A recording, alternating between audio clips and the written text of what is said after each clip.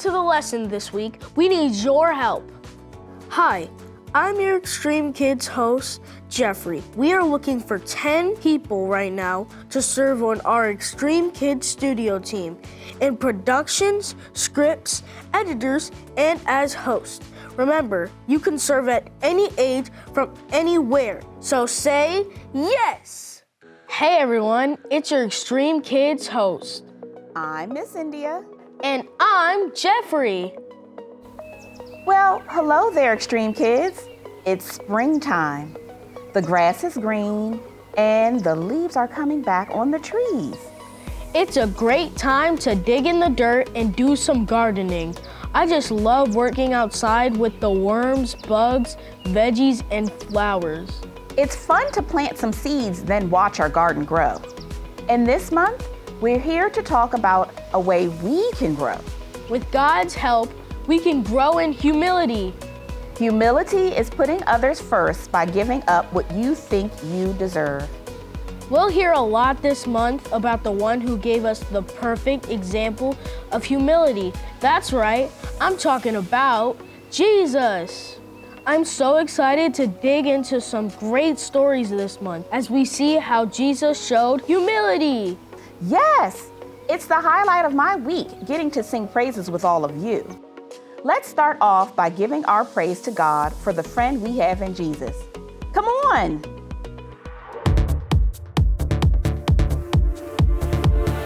I'm blown away by your love for me. It goes on and never ends. I belong to you.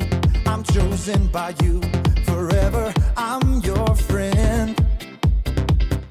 You'll always be right here with me. I'm so thankful for your love. No matter what I do, I know this is true.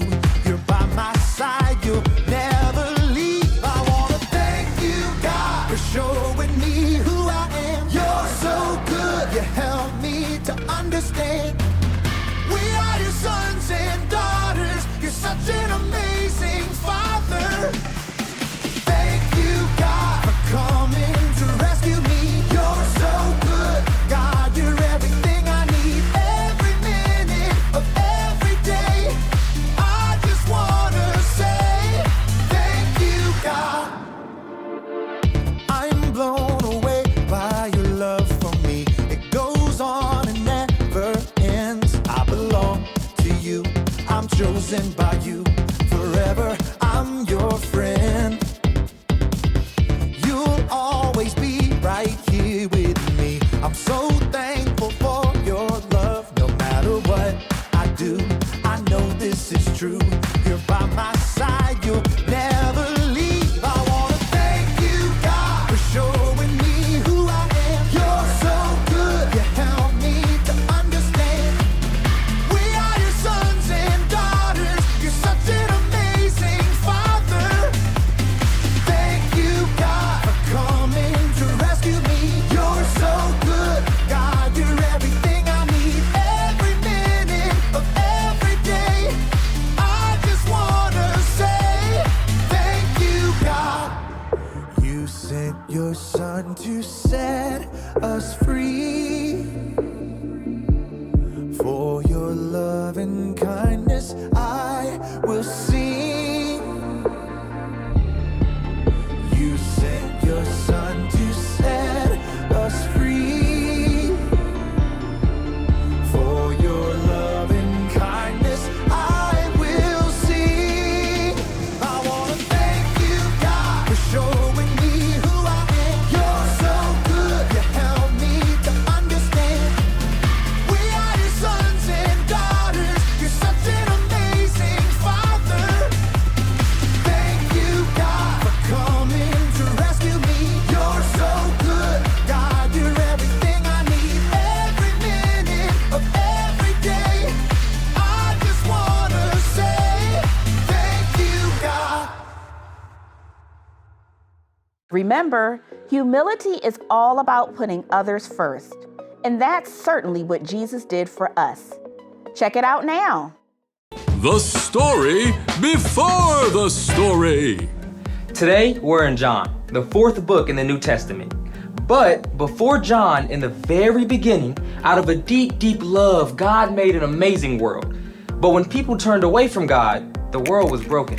God made a plan to draw people back into relationship. So at the right time, God sent a tiny baby to be born in the small town of Bethlehem, God's very own son, Jesus. When Jesus grew up, he began to travel from town to town, teaching and healing. At last, he made his way toward Jerusalem for the Passover feast. Which is where our story starts. Take it away. Hey everyone, I'm Brian. Jesus was about to head into Jerusalem, where great crowds were gathered for the Passover feast. He asked 2 of his disciples to bring him a donkey and her colt. They placed their coats across the colt to make a comfortable seat for him. Now, Bethany, where Jesus was staying, was only a short distance from Jerusalem. Jesus had walked hundreds of miles on foot, so why did he need a donkey for a measly 2 miles? Well, great kings often rode victoriously on a powerful war horse. But Jesus knew what the prophet Zechariah had written long ago. Say to the city of Zion, see, your king comes to you. He is gentle and riding on a donkey. He is riding on a donkey's colt. Jesus was showing that he was a different kind of king, a king who came to serve rather than to order people around.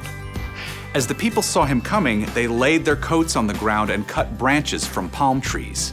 They called out, Hosanna! Blessed is the one who comes in the name of the Lord! Hosanna! Hosanna! News about Jesus and the amazing things he had done spread all through the city of Jerusalem. But the religious leaders had been looking for a way to get rid of him and saw their chance. Jesus knew the plans of the religious leaders. He knew the time had come for him to give up his life. But first, he had a special message for his closest friends. As they ate the Passover meal together, Jesus stood up. He took off his outer robe and wrapped a towel around his waist. Then he poured water into a bowl and knelt down to wash his disciples' feet. The disciples must have been surprised, to say the least. Washing feet was a dirty job saved for the lowliest servant. Yet Jesus, who had just been hailed as a king, was washing their feet. When Jesus reached Peter, though, Peter put up a protest. Lord, are you going to wash my feet?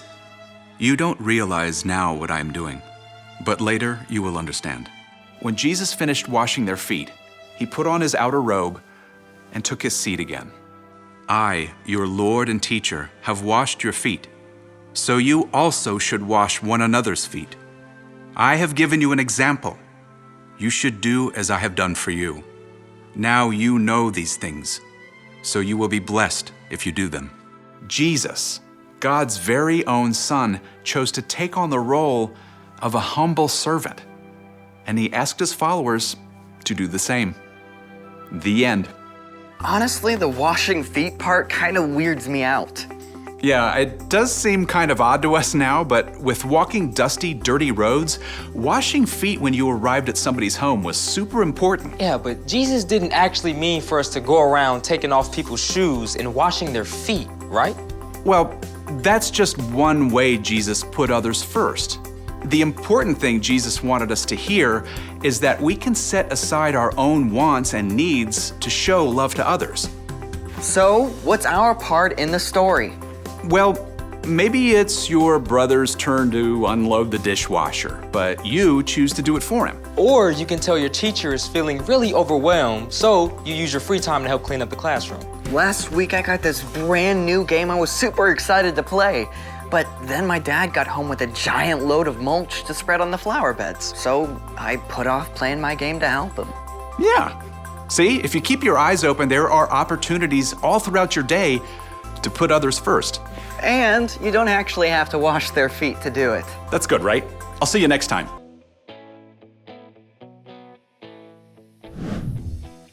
Adventures of JJ. Put Others First by Chris Gillum. Here you go, kid. Thanks, sir. I'm headed to the arcade. Time for the arcade with my ice cream. May I have some ice cream, sir? Sorry, kid. You need a little more change.